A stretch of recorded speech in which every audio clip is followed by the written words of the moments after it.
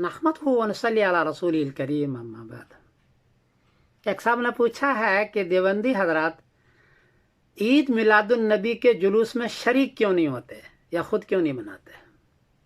دوسرا یہ ہے کہ کیا عید میلاد النبی منانا سنت ہے؟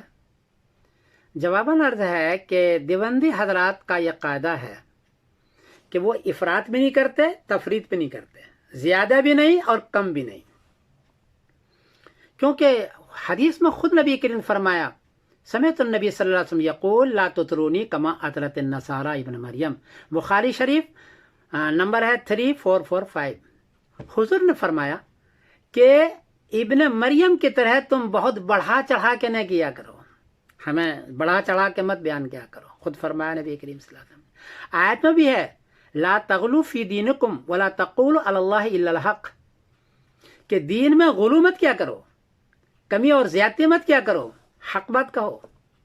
چونکہ یہ آیت اور یہ حدیث موجود ہے، اس لیے دیوبندی حضرات وہ کام نہیں کرتے جو صحابہ نے نہیں کیا ہو، تابعین نے نہیں کیا ہو، حدیث میں نہ ہو، آیت میں نہ ہو۔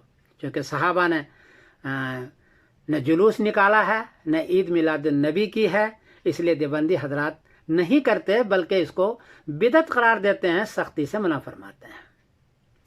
دوسری بات یہ ہے کہ جن حضرات نے اس کا استدلال کیا ہے کہ فرعون کو غرق کیا تو بنی اسرائیل نے روزے رکھے، وہاں ہے عیدن لہو، اس سے استدلال کیا تو ہم بھی روزہ رکھے ہیں۔ بھائی صاحب فرق ہے، ایک ہے چپکے سے روزہ رکھنا اور ایک ہے سڑک میں جلوس نکالنا اور بلاک کرنا، سب کو دکھلانا، فرق ہے۔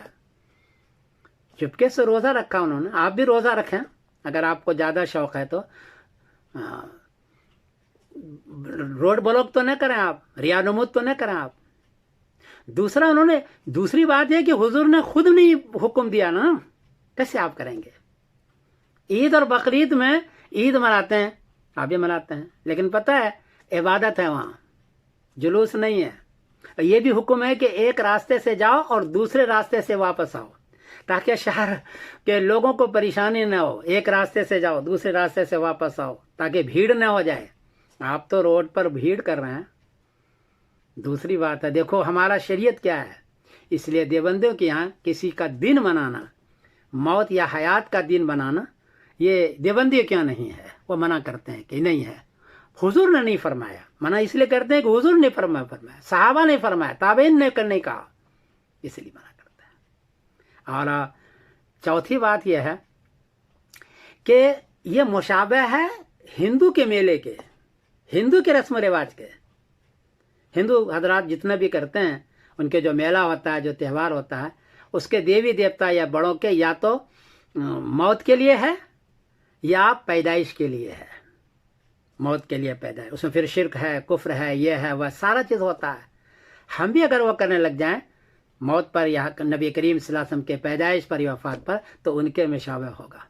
حضور نے منع فرمایا شرک سے، کفر سے، ایسی چیزوں سے۔ اس مشابہت کے بنا پر بھی دیوبندی حضرات نہیں کرتے ہیں۔ تو دو بات ہے، حضور نے نہیں کیا ہے، صحابہ نے نہیں کیا ہے، تابعین نے نہیں کیا ہے۔ تیسری بات ہے کہ یہ غلو ہے۔ چوتھی بات ہے کہ مشابہ ہے غیر مسلموں کو، اس لیے یہ نہیں کرتے ہیں۔ جن لوگوں نے استدلال کیا، بہت بات کے دلائل کھینچ تان کے کیا انہوں نے، اس نے حدیث کو کوٹ نہیں کیا کہ حضور نے حکم دیا ہو یا صحابہ نے کیا ہو یا تابعین نے کیا ہو۔ اس لیے دیوبندی حضرات اس سے احتیاط کرتے ہیں، ان کا مسلک افراط اور تفریط سے پاک ہے، نہ زیادہ نہ کم۔ عقیدے میں بھی اس نے ایسے ہی کیا، نہ افراط نہ تفریط۔ مسائل میں بھی تقریباً ایسا کیا، افراط تفریط دونوں نہیں ہے۔ یہ ہے طر امتیاز دیوبندیوں کا، اس حضرات سے وہ نہیں کرتے ہیں۔ کوئی غلطی بھی تو معاف کرنا۔ میں سمیر الدین قاسمی بول رہا ہوں، مانچسٹر انگلینڈ سے۔